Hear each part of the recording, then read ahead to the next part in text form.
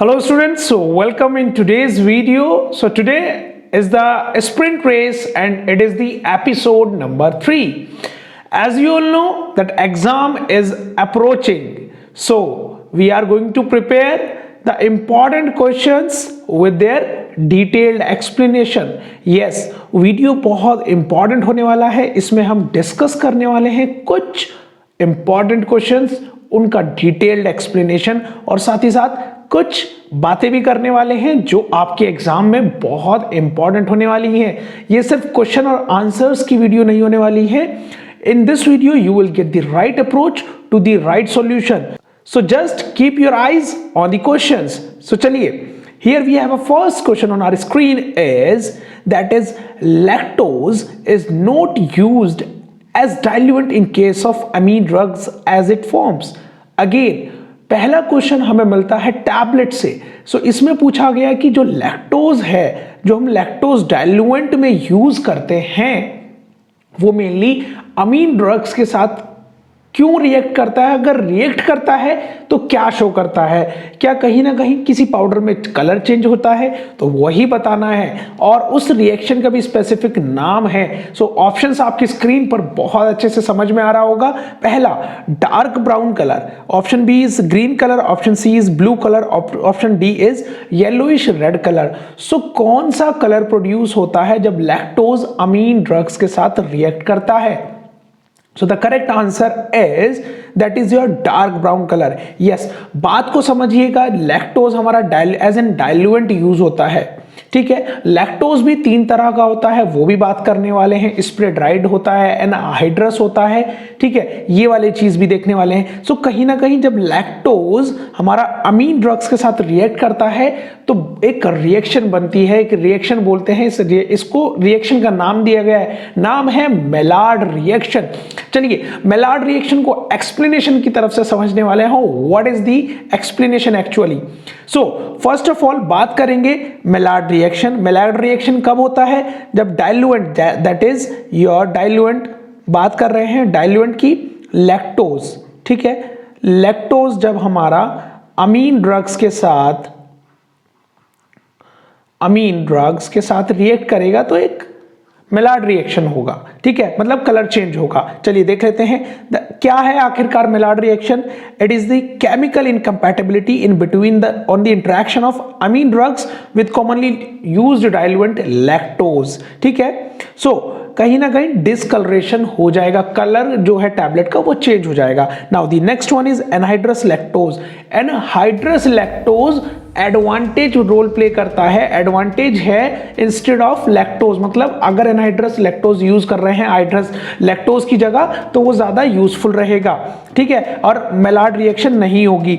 Now lactose की बात करें, लैक्टोज क्या है? लो कॉस्ट डाइल्यूएंट है, इसलिए हम यूज करते हैं, पर ये अमीन ड्रग्स के साथ रिएक्ट कर लेता है. स्प्रे ड्राइड लैक्टोज क्या है? It has direct compression properties and good flow characteristics and often prone to darkening in the presence of moisture and amines and other compounds due to presence of furfuryaldehyde.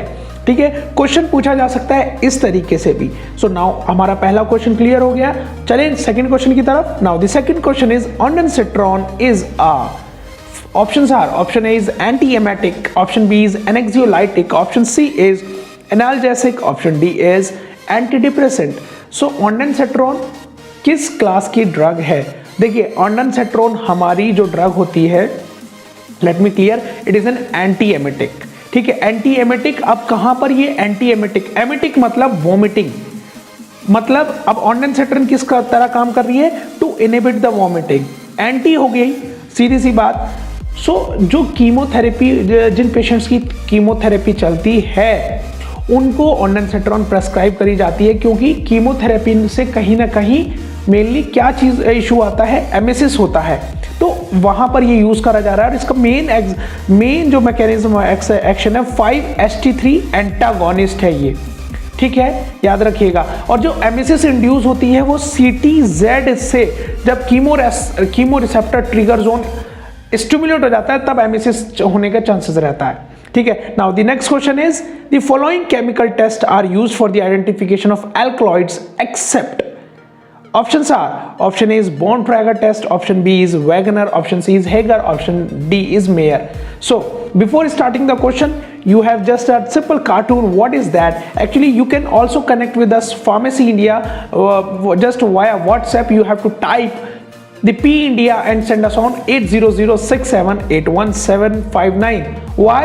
Because you are going to receive latest pharma alerts regarding jobs, regarding news, and regarding conferences, seminars, regarding the pharma alerts. So now coming on the question, इस question में पूछा गया है कि इनमें से कौन सा टेस्ट है जो एल्कलॉइड के लिए नहीं यूज होता। सो इसमें से पूछा गया कि इसका मतलब 3 तो होते हैं, तो कौन सा टेस्ट है? अगर हम बात करें so the correct answer is the Borntrager test. Borntrager test हमारा एंथ्राक्विनोन ग्लाइकोसाइड के लिए होता है, मेनली सेना में जो हमने पढ़ा था, ठीक है। तो इसका मतलब वैगनर टेस्ट, हेगर टेस्ट और मेयर टेस्ट हमारा होता है मेनली किसके लिए?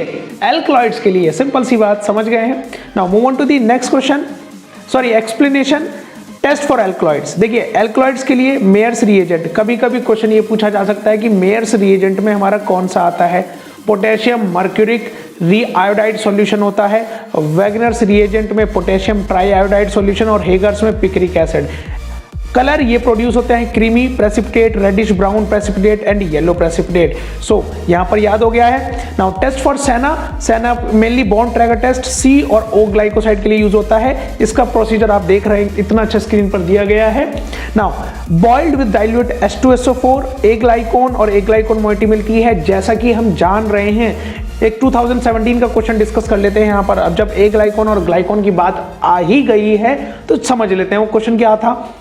2017 में क्वेश्चन पूछा गया था, क्या पूछा गया था? पूछा गया था कि ग्लाइकोसाइड का हाइड्रोलिसिस करना है हमें, हाइड्रोलिसिस करके तो हमें क्या मिलेगा ये पूछा गया था। अरे ग्लाइकोन और ए ग्लाइकोन मिलेगा, जी और एजी मिलेगा, ये पूछा गया। देखिए कितना simple question. Now separated organic layer and after adding ammonia, ammoniacal layer becomes pink due to anthraquinone. So anthraquinone glycoside की प्रेजेंस शो कर देगा बॉर्न-ट्रैगर। सो क्लियर हो गया है। सेना का नाम लिया है तो सेना को 3 पी से याद रखना, 3P, ठीक है। प्रोगेटिव, प्रिज्मेटिक और पैरासाइटिक, ठीक है, याद रखिएगा, पहले भी बता चुका हूं। 4th क्वेश्चन पे आते हैं। The property of non uniformity of colour in a tablet is known as. सीधी सी बात है, डिफेक्ट से क्वेश्चन आया है तो इसमें पूछा गया है कि जो वो कौन सी प्रॉपर्टी है जिसमें जो टैबलेट है वो नॉन यूनिफॉर्म रहती है, उसका कलर डिस्ट्रीब्यूशन अच्छा नहीं रहता। सो the correct answer is the mottling. Mottling की वजह से अनइक्वल डिस्ट्रीब्यूशन होता है, याद रखिएगा। नाउ एक्सप्लेनेशन देख लेते हैं। Mottling the property of non uniformity of colour, ठीक है, उसको मॉटलिंग बोला जाता है। हेजिंग, डल, सारी चीजें बात करने वाले हैं। Can occur when too high processing temperature, जब टेम्परेचर को ज्यादा यूज कर लिया तो उसकी वजह से हमें ब्लूमिंग हो सकती है। Occur when cellulosic polymer is used. Now can also occur if the coated tablets are expose to high humidity condition. Simple सी बात। क्रैकिंग क्या है? जब इंटरनल स्ट्रेस एक्सीड हो जाता है, बढ़ जाता है, the tensile strength of the film, ठीक है। Roughness, some drops of spray before reach at the surface of a tablet produce roughness, ठीक है, क्लियर हो गया है। Now moving on the next question. Next question is in which frequency the standard motor driven device to move the basket containing tablet is useful। देखिए ये पूछा गया है, ये क्वेश्चन आपका आया है डिसइंटीग्रेशन एपरेटस से।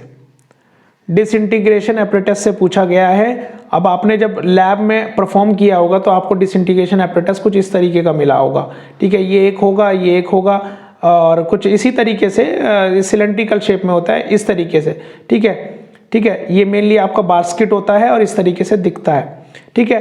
तो अब इसी के बारे में पूछा है कि जो ये साइकिल है, जो ये डिसइंटीग्रेशन में क्या होता है, up and down, up and down, तो उसका फ्रीक्वेंसी पूछा है कि वो कितनी बार अप होता है, कितनी बार नीचे होता है, कितनी बार, ठीक है। क्या 22, 25 साइकिल पर मिनट, 28 to 32, तो क्या है? The correct answer is that is 28 to 32 times. So चलिए अब यहां पर सारी फीचर्स हैं डिसइंटीग्रेशन एपरेटस के, वो जान लेते हैं। नाउ 6 टेस्ट ट्यूब रहती हैं, ऑलरेडी बता चुका हूं। 3 इंच रहता है, इस तरीके का रहता है, मैं आपको बता दूं, आपने लैब में देखा होगा, ये इस तरीके की 6 टेस्ट ट्यूब रहती हैं, ठीक है। ये और 3 इंच रहता है। देखिए इसके अंदर टैबलेट रहती है, इसके अंदर ये, ठीक है, ये 3 इंच का रहता है, ठीक है। मैश साइज 10 मैश साइज रहता है इनका, ठीक है, and 8 mesh and 2 mm in IP। 1 litre का बीकर, ये बीकर बता दिया हूं, जिसमें 0.1 नॉर्मल HCl रहता है, ठीक है, मतलब हमारे जो स्टमक में रहता है वो भी HCl रहता है, तो सेम एनवायरनमेंट देने के लिए 0.1 नॉर्मल HCl दिया जाता है। टेम्परेचर इतना बताया गया 37 ±2, क्योंकि हमारी बॉडी का टेम्परेचर भी 37 ही होता है, +-2 मतलब कमती बढ़ती हो सकता है। Up and down 5 to 6 inch, मतलब 5 इंच और 6 इंच ऊपर नीचे हो सकता है। यहां पर ये पूछा गया कि इतनी बार होता है पर मिनट, ठीक है। अनकोटेड यूएसपी टैबलेट बास aspirin as low as in, मतलब 5 मिनट जो एस्पिरिन का रहता है, ठीक है, सिंपल सी बात ये बोली गई, समझ गए हैं disintegration, I hope. Now next question is the all are surface anaesthetics except lignocaine, bupivacaine, procaine, cinchonine. इसमें पूछा गया कि सारे सरफेस एनेस्थेटिक्स हैं एक को छोड़कर, सो कौन सा है वो? So the correct answer is that is bupivacaine. Bupivacaine आपका सरफेस एनेस्थेटिक नहीं है। Now the next question is which one of the following instrument is not used to measure the tablet crushing strength? इनमें से कौन सा apparatus tablet crushing strength को नहीं use, tablet crushing strength में नहीं यूज होता? सो अब देखिए डिसइंटीग्रेशन कहीं ना कहीं यही आंसर हो सकता है, ये तो डिसइंटीग्रेशन के लिए यूज हो रहा है। एरवे का tester, Strong and Cobb and Pfizer हमारा होता है। सो और कौन से 2 apparatus हैं वो भी देखने वाले हैं। Now the correct answer is tablet disintegrator tester, ठीक है। Now explanation, hardness, tablet requires a certain amount of strength और hardness and resistant friability to withstand mechanical shocks, ठीक है। उन मैकेनिकल शॉक्स, लेट सपोज अगर मैं गाड़ी में जा रहा हूं, ये मैं टैबलेट को लोड करके अपनी गाड़ी में लेकर जा रहा हूं मैन्युफैक्चरिंग डिपार्टमेंट से, तो कहीं ना कहीं उस चीज की हार्डनेस को चेक करने के लिए अगर कि लेट सपोज कुछ गाड़ी में अगर कुछ टकरा रही है, कुछ कंप्रेस हो जा रही है, तो वो उतनी सी में अगर टूट गई तो कैसे होगा? सो वही चीज चेक करने के लिए बहुत सारे apparatus बनाए गए। कौन से हैं? फाइजर है, मोनसेंटो है, एरवेका है, स्ट्रोंग एंड कॉब है, ठीक है, और स्क्लेंजर है। ये 5 apparatus हैं जो हार्डनेस के लिए यूज होते हैं। आप इनको यूज कर सकते, ऐसे याद कर सकते हैं, Prashant in mess, yes in mess. कैसे मैं बता देता हूं, Prashant, P for Pfizer, MESS, ठीक है, क्लियर हो गया है। नाउ चलिए move on to the next question. In saffron picrocrocin is responsible for, saffron हमारा केसर होता है, याद रखिएगा। Now order beta test red colour anti spasmodic, ठीक है। So the correct answer is the beta test. Picrocrocin हमारा रेस्पॉन्सिबल रहता है बीटा टेस्ट के लिए, ठीक है। टेस्ट है, टेस्ट नहीं है, याद रखिएगा। नाउ द एक्सप्लेनेशन, सैफ्रॉन को हम सैफ्रॉन बोलते हैं, केसर बोलते हैं, ये मिलता है dried stigma and style tops of crocus sativus iridaceae, याद रखिएगा, ठीक है। तो इसके कुछ केमिकल कॉन्स्टिट्यूएंट है जिनका अपना अपना रोल है, ये याद रखना है आपको। क्रोसिन एंड कैरोटिनॉइड हमारा रेड कलरिंग के लिए यूज होता है। पिक्रोक्रोसिन बिटर ग्लाइकोसाइड है। प्रोटोक्रोसिन हमारा नॉर्मली ग्लाइकोसाइड और ओडर हमें सैफ्रनल की वजह से मिलता है, ठीक है। इससे ज्यादा इसमें नहीं पूछा जा सकता, पर हाँ इससे ये पूछा जा सकता है कि मेनली सैफ्रॉन कहां पर उगाया जाता है, तो जम्मू एंड कश्मीर में सबसे ज्यादा इंडिया में इसका खेती होता है, ठीक है। जम्मू एंड कश्मीर की सॉइल ही इसको सपोर्ट करती है। Now next question, that is dose dumping is a problem in the formulation of compressed tablet, suppositories, soft gelatin capsule और कंट्रोल रिलीज, ठीक है। नाउ सो डोज डंपिंग क्या है, डोज डंपिंग किसकी प्रॉब्लम हो सकती है? नाउ चलिए देख लेते हैं किसका है, आपको क्या लगता है? सॉफ्ट सपोजिटरीज का नहीं होता। सपोजिटरीज क्या है? सपोजिटरीज सॉलिड डोसेज फॉर्म है जो हमारे बॉडी कैविटीज के लिए काम आती हैं, याद रखिएगा। बॉडी कैविटीज में इंसर्ट की जाती है, जैसे कि रेक्टम, वेजाइना। और इसकी अगर मैं बात करूं सपोजिटरीज की आइडियल प्रॉपर्टीज आपको जरूर पढ़नी है। आइडियल प्रॉपर्टीज से क्वेश्चन आया जा सकता है। Ideal properties like acid value, iodine number, saponification value, ठीक है, इससे क्वेश्चन जरूर बनता है। और जो इसमें बेसिस यूज होते हैं मैन्युफैक्चरिंग में, ठीक है, वो बहुत इंपॉर्टेंट है, याद रखिएगा। सो the correct answer is that is controlled release product, ठीक है। नाउ डोज डंपिंग क्या है? डोज डंपिंग जान लेते हैं। It is a phenomena in which relatively large amount of drug in a controlled release formulation is quickly देखिए जो drug हमें थोड़ा टाइम मतलब कंट्रोल रिलीज से रिलीज करानी थी, पर वो कहीं ना कहीं एकदम से रिलीज हो गई बॉडी के अंदर जाते ही, तो उसी फिनोमिना को हम डोज डंपिंग बोलते हैं। तो ये क्विकली रिलीज होना, अगर क्विकली रिलीज हो गई तो उसका एडवर्स इफेक्ट भी मिल सकता है, साइड इफेक्ट भी मिल सकता है, याद रखिएगा। तो इस फिनोमिना को हमने मेनली डोज डंपिंग बोला। Now next question is the schedule for life period of drug is, and the options are schedule Q, schedule P, schedule A, schedule C। सो कौन सा शेड्यूल है जो लाइफ पीरियड ऑफ ड्रग्स को बताता है? Life period मतलब shelf life, कितना कितना पीरियड है उस ड्रग के लिए। शेड्यूल क्यू तो हमारा कोल तार के लिए होता है, परमिशन के लिए।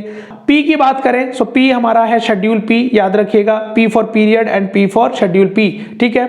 Now here we are just compiling this episode. I hope you like this episode, so stay connected with Pharmacy India. Face it, fight it and achieve it with Pharmacy India. डरने की है क्या बात, जब pharmacy India है आपके साथ। Thanks for watching.